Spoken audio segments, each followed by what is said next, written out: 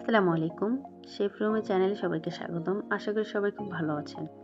আজকে আমি ৪ সবজি মিলায় একটা পদ রান্না করব। তো প্রথমে আমি কড়াইতে তেল দিয়েছি এবং এখন পরিমাণ মতো পেঁয়াজ কুচি এবং মরিচ কুচি দিয়ে দিচ্ছি।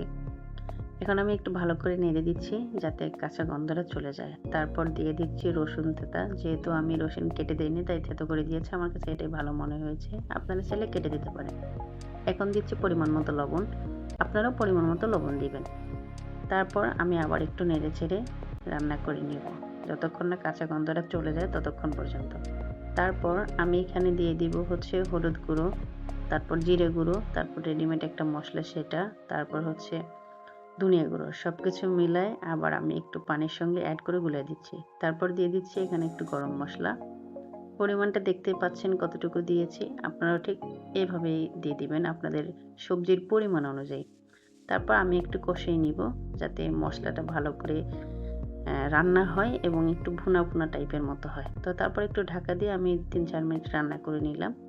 দেখুন উপর থেকে কিন্তু তেল চলে আসছে। এখন আমি এখানে একটু নেড়ে চেড়ে দিয়ে দিব হচ্ছে টমেটো কুচি। আমি এখানে ২ টো টমেটো কুচি নিয়েছি। আপনারাও কিন্তু সবজি পরিমাণ করেই নেবেন। কারণ আমি পরিমাণটা বলতেছি না।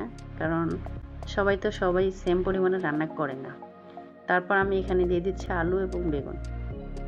বেগুনটাকে আমি একটু বড় করে কেটেছি। তো বেগুনটা সিদ্ধ হলে এমনিতেই গলে যায় সেজন্য।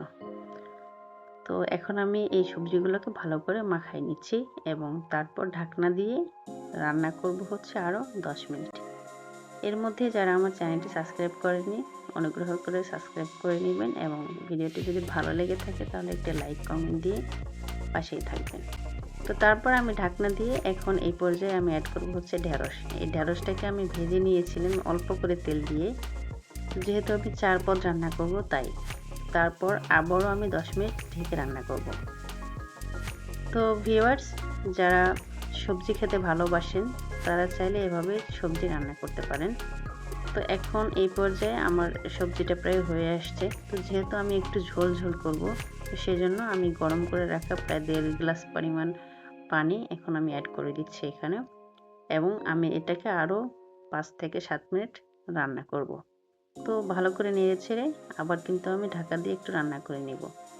দেখতে পাচ্ছেন ঢাকা দিয়ে দিলাম। আবারও বলছি যারা চ্যানেলটি সাবস্ক্রাইব করেনি সাবস্ক্রাইব করে দিবেন। আর অবশ্যই সবজিটাকে একবার ট্রাই করে দেখবেন। এই পর্যায়ে আমি দিয়ে দিচ্ছি জিরে গুঁড়ো। এই জিরে গুঁড়োটাকে আমি একটু টেলে নিয়েছিলাম, টেলে গুঁড়ো করে দিয়ে দিচ্ছি। এটা আমি রান্নার শেষ পর্যায়ে দিয়ে থাকি এবং এতে করে আমার সবজিটা খেতে ভালো লাগে। আপনারাও একবার হলেও ট্রাই করে দেখবেন এবং আপনাদের মতামতগুলো কিন্তু জানাবেন। ইতিমধ্যে যারা লাইক, কমেন্ট এবং সাবস্ক্রাইব করেছেন তাদের সবাইকে অসংখ্য ধন্যবাদ এবং আমার রান্নাটা ইতিমধ্যেই শেষ। এই হচ্ছে আমার খাবারের মেনু। এই তো আশা করি আপনাদের সবার ভালো লাগবে। আপনারা একবার হলে ট্রাই করে দেখবেন। সবাই ভালো থাকবেন, সুস্থ থাকবেন। আসসালামু আলাইকুম। আল্লাহ হাফেজ।